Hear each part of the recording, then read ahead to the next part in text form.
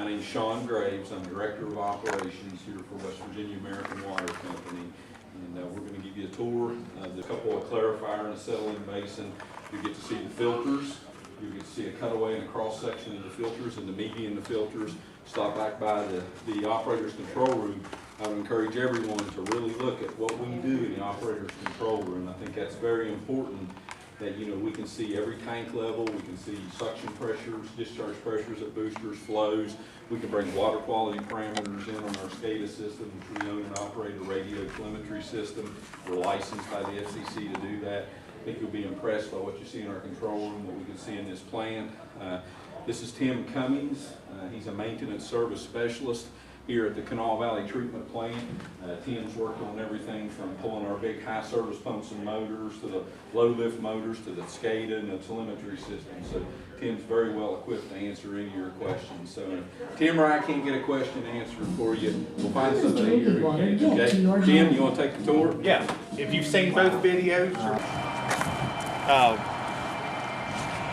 anybody know much about the plant, how old it is or anything?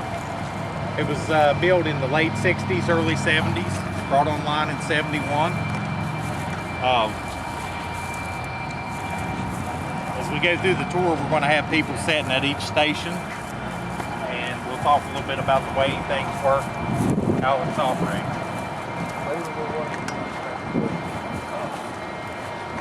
There used to be a plant going up the river that served Charleston prior to this, and it was just right up the street here. Before this was built, they took it offline to get this.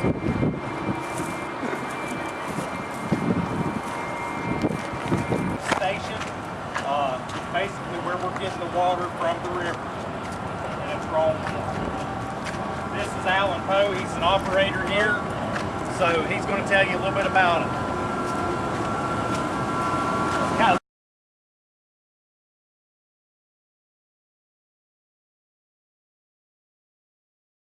A little bit loud in there, so if anybody needs earplugs, let me know. We have them available.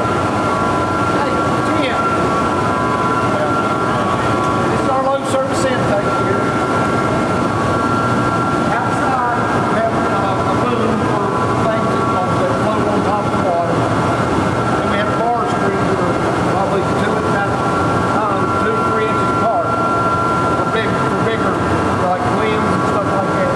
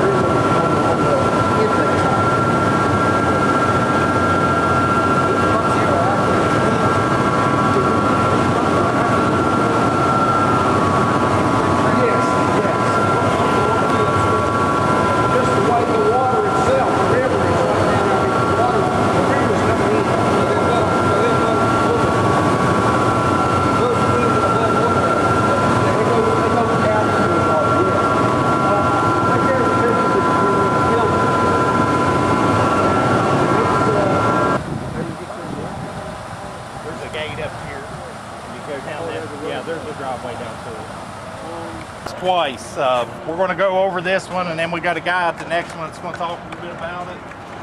What this is called is the acetylene basin. And like I said, the reason for this is you got to get the water cleared up somewhat before you can start treating it. So when the river's muddy, this is what will take the mud out, settle the mud. If you had a question about the box, he'll explain to you over here how all that works.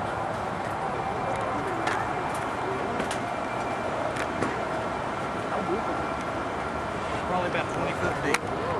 He's the maintenance service specialist here. He's going to explain to you the clarifier and tell you a little bit about how it works. Now here's everybody today. Great. Basically, these 4 large pits out here are called clarifiers. Each one of them is 60 foot diameter, 15 foot deep. Approximately 5.5 million gallons of water go through each one of these clarifiers a day. The clarifier is made up of a settling tube, which is a PVC membrane that's about 3 foot thick, and it has several hundreds of 2-inch triangles in each one of the sections. They're setting on about a 45-degree slant. Now what happens is the water comes in and all the mud and debris will settle through these tubes into the bottom of the pits. In the bottom of the pit there's a giant rake. Each side of the rake is approximately 25 foot long, 2 foot tall. The rake turns all the time to keep the mud in the bottom from churning up. What this does is when it gets to be about 8 foot thick, the operators will test it. When they see it's 8 foot, they'll turn the valves on in these pits over here, which then sends all the mud over here to another pit station on the corner of the lot over here. That will pump from there into this area right here, which is known as a thickener. It's approximately the same size as the clarifiers, but the only thing that's in here is a big giant rake, turning all the time. Once the mud gets to be a certain thickness here and a certain torque on the rake, which the operators can see inside the control shop, they'll go into this other little building that's underground right here, and they'll pump all the mud over into this building right here, which is called a sludge press. Inside the sludge press, there's 2 big belt presses, and they introduce a polymer to bind to the mud that's in the water. The press will then run at a very slow rate, and it pushes all the water out from the mud. Then the mud will then be transferred onto a belt and goes into semi-trucks to be hauled off to a special dump to be disposed of. The tint you see on the water is algae. It's a non-harmful thing. It's just a natural process. The treatment, of course, kills it. Has anybody got any questions about anything out here? The rake is on the very bottom. If you could drain one of these and look at the bottom of it, it actually kind of slopes towards the middle. And out here in this section, there's something called a cone. It's a big cone that's right underneath this motor right here. That's what this part is. The mud will all kind of flow down into the bottom off these slant, off this cone. Then that rake comes through there. There's one on each side. They're about 25 foot long, about 2 foot tall, and they scrape the bottom of this pit so the mud don't settle all the way on the bottom. Then the operators will come out here at certain times of the day, and they take a measuring tube and they'll stick it down into this thing, and once they see that the blanket on the bottom is more than 8 foot, they'll go into the pit right here and they'll drain the mud off the bottom of this pit. That mud will go over to this pit over here where you see the 2 pipes sticking up at the corner of the fence. There's about a 50-foot station right there that fills up with the mud, and then there's 2 large pumps that pumps the mud from there into this thickener right here. And usually in here the mud will be about 10 foot thick at about a 60% torque rate, which is just the thickness of the mud causing how slow the rake can turn, the pressure on the rake. Where is the rake? The rake is on the very bottom. Oh, okay. This part you see right here, this little motor, that little tiny motor right there, because of the way it's geared, turns this giant rake in here that weighs probably a couple thousand pounds. And all the rake does is just scrapes the bottom, so the mud can't settle to the bottom. It keeps it in a blanket. Okay. And there's a rake in this one There's a rake too? in this one too. These rakes are always moving. They never stop. Nothing's returned to the river. No, nothing goes to the river. Once it comes in this plant, it don't leave except until it's finished water. Even when we backwash a filter, anything that we do, the process goes back to the head of the plant. So it's piped right back into the very beginning. That way nothing goes back to the river. Okay, everybody good? All right. Have a nice day. Thank you. So how is the level control in this tank? Well, the level actually, all the way around this thing, where the overflow chamber on the end is Alright, turn that shit off. Yeah, no photographs. Yeah, we're not allowed. That tests the water just come on in, and if y'all could just spread out around the room there. No, I started with 20 and now I have 8. Yeah, I got one. Or 7. I got one of yours earlier. Oh, okay. Okay. This is Randy. He'll take care of you. It's been a pleasure meeting you. I'm going to go ahead and take another group through. This is the last stop. I'm going to go get the stickers and give all of you a sticker to make sure you get one. So I'll be right back. Tim. Yeah. Thank you. All right, like you said, my name's Randy Wyatt. I'm with Water Quality. This is the basic lab in here. This is the operator's lab where we monitor what's going on in the plant. Everything that you've seen is actually tracked to here. From raw water coming in off the river, pumped here. We have the clarifiers for the settling. We have the mixing chambers. And then we have our finished. These are the 2 filters. And then this is the combined that comes out. So we're able to track what's going on in the plant at any given place. Okay, what do you do? He's go ahead and doing a... Give everybody a sticker. Okay, I'll give it to him in a second. In here we run all of our basic testing for our pH, our alkalinity, chloride. We check turbidity to make sure that we're getting everything out of the water. This right here behind him is a jar tester. We're actually able, wherever you watch the video and probably when you get out there, the clarifiers, we add chemicals to bring the solids out. This allows us to see how it's working. We're able to do it for each part in that system. I basically did the 2 that show up the most so people can see them in here. Some steps you don't see nothing, it's just water coming. And we check all along the system to make sure we're getting everything that we possibly can out. Behind you is titrators, that's basic chemistry, check the chlorides, alkalinity, hard. We do pHs and everything else. In here it's just basic laboratory chemistry for water. Alright? What is turbidity? Turbidity is the measure of like solids in the water. It'll also see air. Also see air. Yeah, so like if we have a if we get air in the line or something, like there's a way that if you walk over and flip that line, you'll see the numbers go up because it puts a bubble in there. And what it is, it's the optical thing. It's looking for anything in the water outside of clarity. Okay. So that's a measure of actually the clarity of the water. So, when I first started here, anytime somebody did anything, like when they backwash, it'll throw the turbidity meters off because it puts air in them. And it was freaking me out because I hadn't worked in a plant quite like this one. This is a big plant. Well, I was over in the operator track a little bit ago when we were flushing out the finished water line, cranking it up real hard, and it had a bunch of air go through it. And it jumped up like 4 or 5 units. Wow. Freaked me out. I didn't know somebody was flushing it. So. Yeah, it sees anything that doesn't make that water crystal clear, it will see. Now in here, if y'all follow me in here. Yeah, I'm coming back in here. I'm almost done, so I don't have to come back in here another 2 hours. Actually, they start over there. Our pre-manganate started on the intake. We actually put permanganate. I'm thinking about the free chemicals. Permanganate in the system before and allow it to start. Then it comes back to the mixing chambers. But now, of course, where those are, I don't think they're on the tour right now because just they're you can't let just anybody be in there with that. But then it comes back out to the clarifiers to allow that to come out. And then the chlorine is actually done after the filters. When you adjust pH?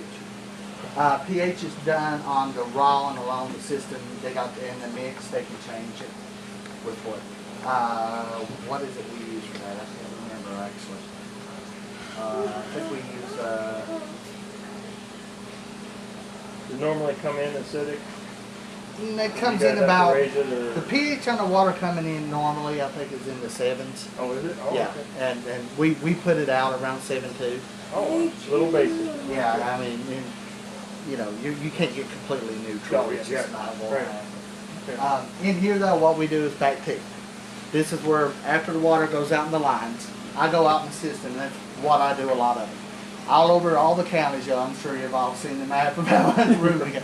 I got test points. We have 100 and I think I do 160 sample prints that I take from all over the system. And what we're doing is we're looking for bacteria. Right? And I have examples here. I just had them in for the kids to have. This is what I want to see after I get the testing done. And this is what we usually do. So this is good. Okay? This is the perfect thing. I run it, there's nothing. The next steps are, we'll run into it, and you see this. I don't want to see this, nobody wants to see this. But then there's different ones. We can have colon, we can have E. coli. E. coli flows under a black light, which is why I had them in here to show you, which is the real bad stuff. That's the stuff, you know, that makes everybody sick, you know, all that. So what we do is we put them in here. Some of y'all may saw a And you're able to see it, that it's all nice and low. If anybody wants to look at it, feel free to just look in here and you'll be able to see it, okay? But if we see that, then what we have to do is we have to go back on the field and we have to test three places. Huh? You gotta turn the light on or something. We're dark. You just gotta put your head down because the white light will keep you from seeing it. It'll look kind of blue. But if we do find something like that, which, you know, since I've been here, you know, we have to go out and retest at that spot in a place up the water line from it and below it to see if it's that place or if it's in the system. You see, I got a little store here people can stand on. This is what's actually leaving here. That's very good. You take a sample out of there and drink it. Which, is there anybody that wants to see me drink the water going out of here? I'll happily do it. It's not an issue. Now, when it comes to quality, is there anything? I guess this is just a daylight lab. You guys, there's not man 24 hours. Yes, it is. Oh, the lab is. Or Yeah, the operators are actually constantly doing things. That's like when you just saw the gentleman in here. Yeah. We got them on a constant rotation. They're in here testing stuff. But like, and I know we use third-party labs for all the special testing. Right. So they take samples, and actually they just did a while ago while y'all were probably back in the filters. They took samples in there. And what we do is we send them out, I think twice a day. And they go up to our third-party labs to test for everything. So anything that looks awry here, just direct communication to the control room. Right? Yeah, because they're actually, the guys in the control room are actually the ones doing the testing. Okay. And so it's the operators are coming in here doing it. During the day, like right now, he's training the gentleman who's just in here. And that's why there's two of them. So, you know, you get a lot of that, you know, you get the back and forth. But they're able to see everything. They notify us. The gentleman running that other tour is John. He's the other water quality specialist. He's actually a supervisor. He's been here, I don't know how many years. I've been here, I started last June, right before, so it's basically everything we do right now. That's our current setup. Alright? Did you get to see did you want to see it? Try to get my camera in there if I could. Oh, I don't know if you'll be able to see it. You can try, I doubt you'll see it. Never hurts to try.